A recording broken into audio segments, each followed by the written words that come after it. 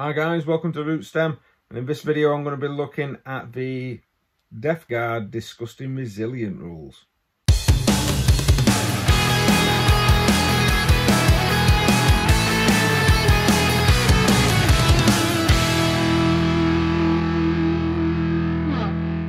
Hi guys and welcome, and yes, I am laid up in my bed at this moment in time, simply because I've got nowhere else where I can record, because a lot of people with COVID and everything else are having to work from home. So unfortunately, I've been relegated to the bedroom to be able to do this, and I don't really have a desk in here. But thanks very much for joining us. If you do like my content, apart from me being in a bed, please like, share, subscribe, hit that notification button for more. And today I'm going to be talking about the Disgusting Resilient rules from that Games Workshop has recently released for everyone to see.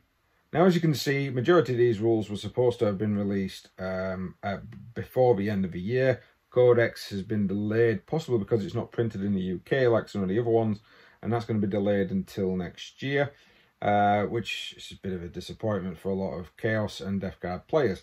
I am curious to see whether or not they will be releasing an update for the normal Codex Chaos, or whether or not Codex Chaos Marine is going to follow this one quite rapidly.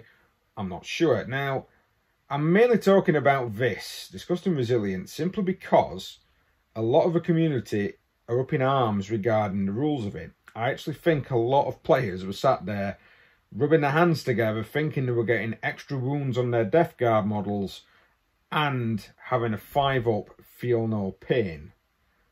Of course, now, because Games Workshop has told us what's coming out, this is not the case. Disgusting Resilient is just -1 from the damage characteristic of the attack. Now, a lot of people are complaining about this, saying that this is not great, that they'd rather have the 5-up feel no pain. I think having a 1 in 3 chance of stopping a wound coming off your model can be quite overpowered, especially when you've got 2 wounds to begin with.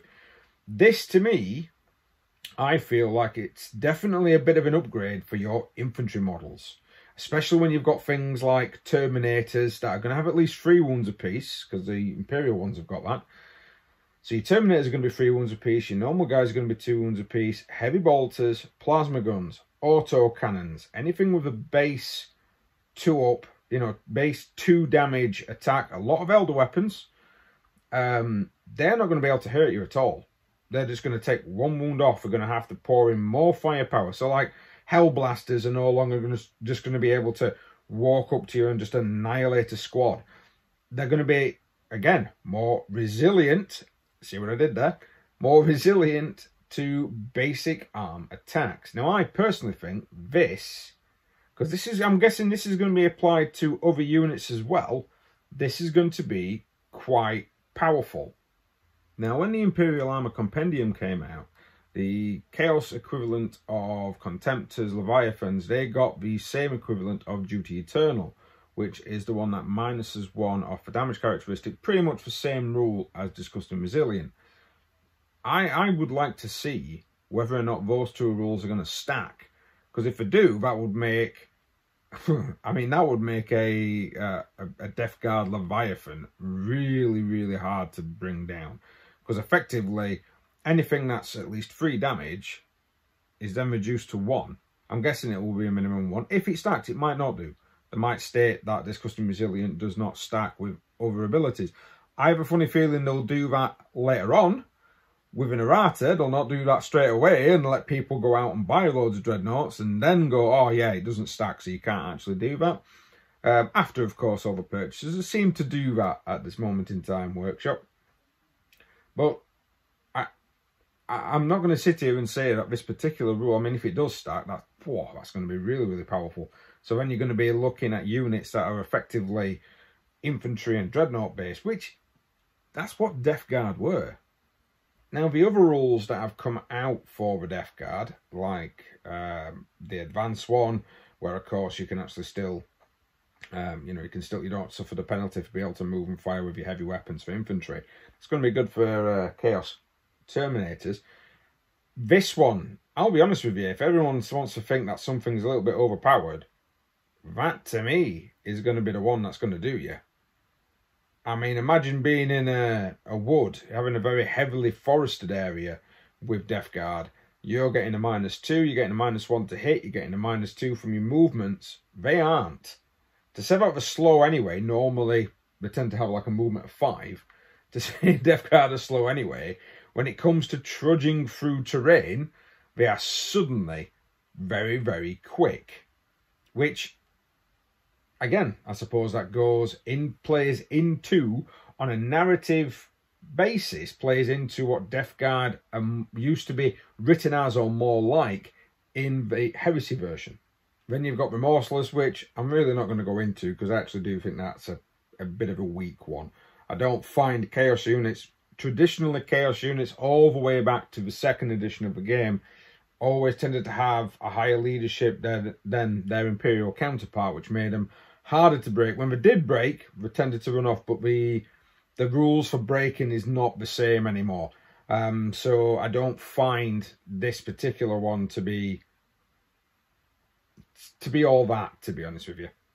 But going back to Disgustingly Resilient, you got to remember, I think a lot of people are forgetting that their units are also toughness 5.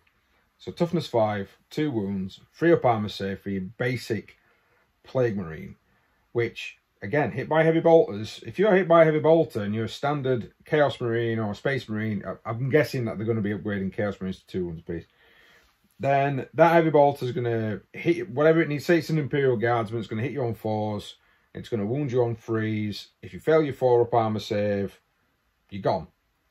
Against a Death Guard unit, it's going to hit you on 4s. It's going to need force to wound you. You're going to get a force to save. That's quite a lot of 50-50 chances. And then it's only going to do 1 wound. So you still, I mean, a heavy bolter's got 3 shots. On average, what, you're going to guaranteed to kind of take out a Marine, maybe 2 if you get lucky. Some squads, for example, I mean, Devastator units can have 4 heavy bolters. Centurion Devastator units, if maxed out, you can have 2 heavy bolters per man, and you've got 6 guys. That's 12 heavy bolters. So against a normal squad, you'd just normally rinse them. These guys are going to be able to take the hit. Same when I mentioned the Hellblasters. The Hellblasters against these, they're going to be able to take that hit. They're going to be able to take that over. In fact, you're not even going to bother overcharging. So I suppose you've got the counter of you might not lose any men, but you're not going to bother overcharging because it's simply a waste of time against these units. It's same when you go against tanks. Going back to the one for Space Marines, completely forgotten what it's called. I've only just mentioned it in this video. Going back to that one, when I played against Gil, we had an unrecorded game of Space Marines versus Space Marines, just to mainly see what the differences, you know, what we took different units against each other just to find out what the Space Marine Codex could really do. We found Dreadnoughts to be very, very difficult to remove from the battlefield, because normally again, a unit of Hellblasters would saturate you with some plasma death. That wasn't the case. I couldn't do that because it's simply -1 off your damage characteristic meant that plasma gun, I was only getting a +1 strength to it. Am I going to want that +1 strength all the time? Well, not when I'm versing Nurgle, because of course I'm strength 8 and I'm still wounding on 3s. So yeah, I do think Disgustingly Resilient, changing it to this one, it also speeds up the game, which you have to think sometimes that they're looking at that maybe as a game mechanic. So that is speeding up the game. You're rolling to hit, you're rolling to wound, you're rolling to save, and then you're not rolling to save again, which is kind of what it was. It was like an additional saving throw. And if you want to know how irritating the previous Disgusting Resilient was with the 5 up Feel No Pain, I call it Feel No Pain because that come from that sort of, I played this game primarily, it was the tail end of Rogue Trade, and I've primarily started, the major start for me was the 2nd edition, all the way from the start of it. So for me, it's a 5 up Feel No Pain or Ignore Wounds. Go watch Winter's SEO reports when he's using his when he's using his Plague Marines, and you've got people hitting his tanks and they're doing 6 wounds and then he's saving 3 of them. It's very irritating to play against, but it also slows the game down because you're having to roll more dice and more dice and more dice. Don't get me wrong, this I do think this will make some of the tanks weaker, because of course, you know, taking down them 6 and then saving at least on average 2 of the wounds, you are going to be suffering more. But it's going to stop the bug bites. It's going to stop the large bug bites from the damage 2 weapons. In fact, there's a lot of night options that are actually damage 2 that this is just going to negate completely. Thanks very much for joining my ramblings. They are ramblings. These are just, of course, my opinions. My hair looks amazing. These are just my opinions on what this is going to mean to the future of the game. We don't really actually have a lot of Death Guard players. There's only one. He's not turned up for a while at our local club. So we never know, though. This might actually make people... I mean, I'm excited to have a Death Guard unit in my Iron Warriors army. But I'm going to go for like one of each. It's kind of like a thing. I'm not really going to be doing it kind of game. I'm more of a narrative game. I like the idea of having one of each of the gods, because it is a Chaos Undivided Force. But it is going to be interesting to see what other people's battle reports are going to be like. Especially, again, I mentioned it before, but Winter's SEO, he always has a lot of Death Guard units knocking up and down and Plague Marines. So it's going to be interesting to see the difference, especially sort of like if you watch one of his previous videos with the 5-up and then watch one of the newer videos with the new Disgusting Resilient. It's the movement, I think, as well, the fact that we're just going to keep coming with we're not going to slow down. So they're actually going to be quite a good close combat unit. I know there's the Plague Weapon, that's not really changed much. You still get to reroll your 1s to wound, that's not changed for me. It's whether or not to change some of the psychic powers as well, but we'll know more. I'm guessing by the time I've edited and put this video out, there'll probably from Workshop be another 2 of these that have come out that completely invalidate everything I've just said. Oh well. Well, thanks very much for watching, guys.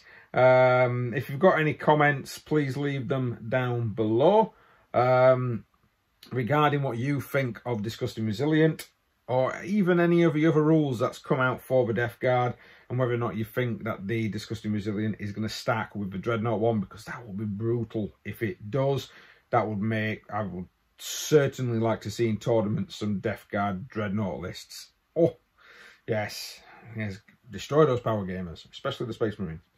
No, I'm a Space Marine player. But thanks very much for watching. Please like, share, subscribe, hit that notification button if you do want to see more. And we'll see you next time for possibly more ramblings. I think I might have a bit of a rant regarding... I shouldn't really say this. I think I might have a rant regarding the new Battle Army List Builder that Workshop recently released. A bit of it, don't get me wrong, it's a beta version, but it's terrible. But anyway, thanks for watching. We'll see you next time.